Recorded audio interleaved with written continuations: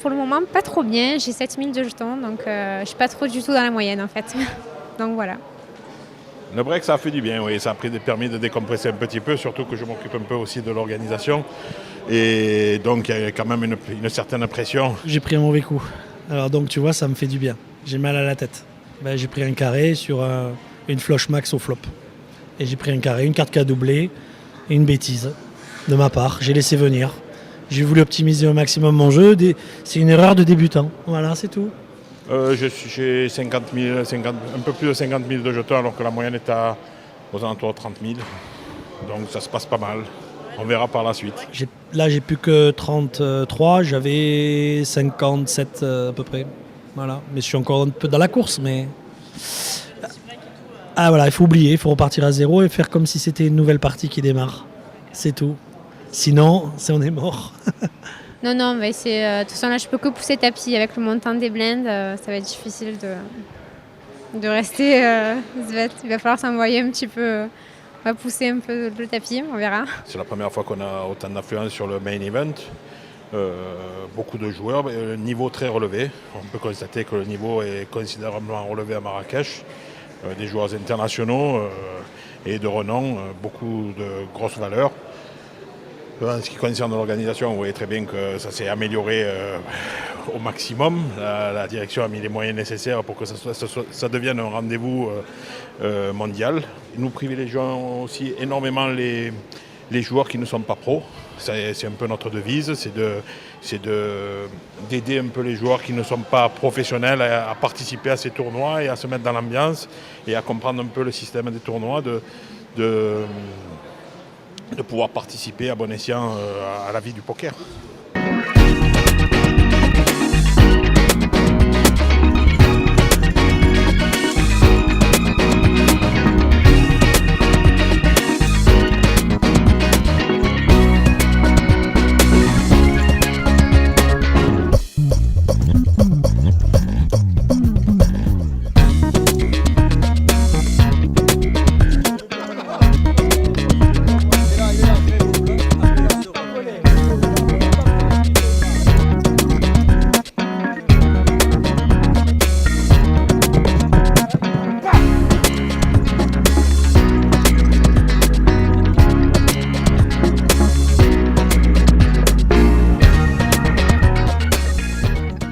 Comment résumer ça en un seul mot? Je dirais cauchemar, enfer.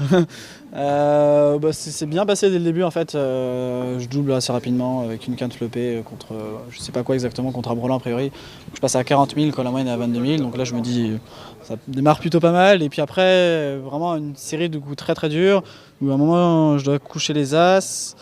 À un autre moment, je dois coucher deux fois deux paires de dames d'affilée, dont une fois où apparemment les adversaires avaient As-Roi et As-Valet, donc j'aurais remporté le coup.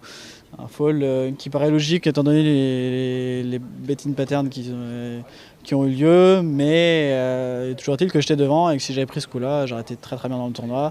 Donc derrière, après ce fold-là, j'ai réussi à remonter un peu, je me suis pris une horreur, je ne vais pas rentrer dans les détails, mais je me suis pris une belle horreur et du coup là je suis durement accroché à mes 27 000, donc les blindes vont passer à, si j'ai pas de bêtises, 700 004, 800 006 peut-être, non. Donc les blindes vont commencer à faire relativement mal, donc voilà, on est short, mais on est toujours là. Un peu fatigué, je dois avouer quand même, mais voilà, donc pour le moment le tournoi est relativement dur, quoi.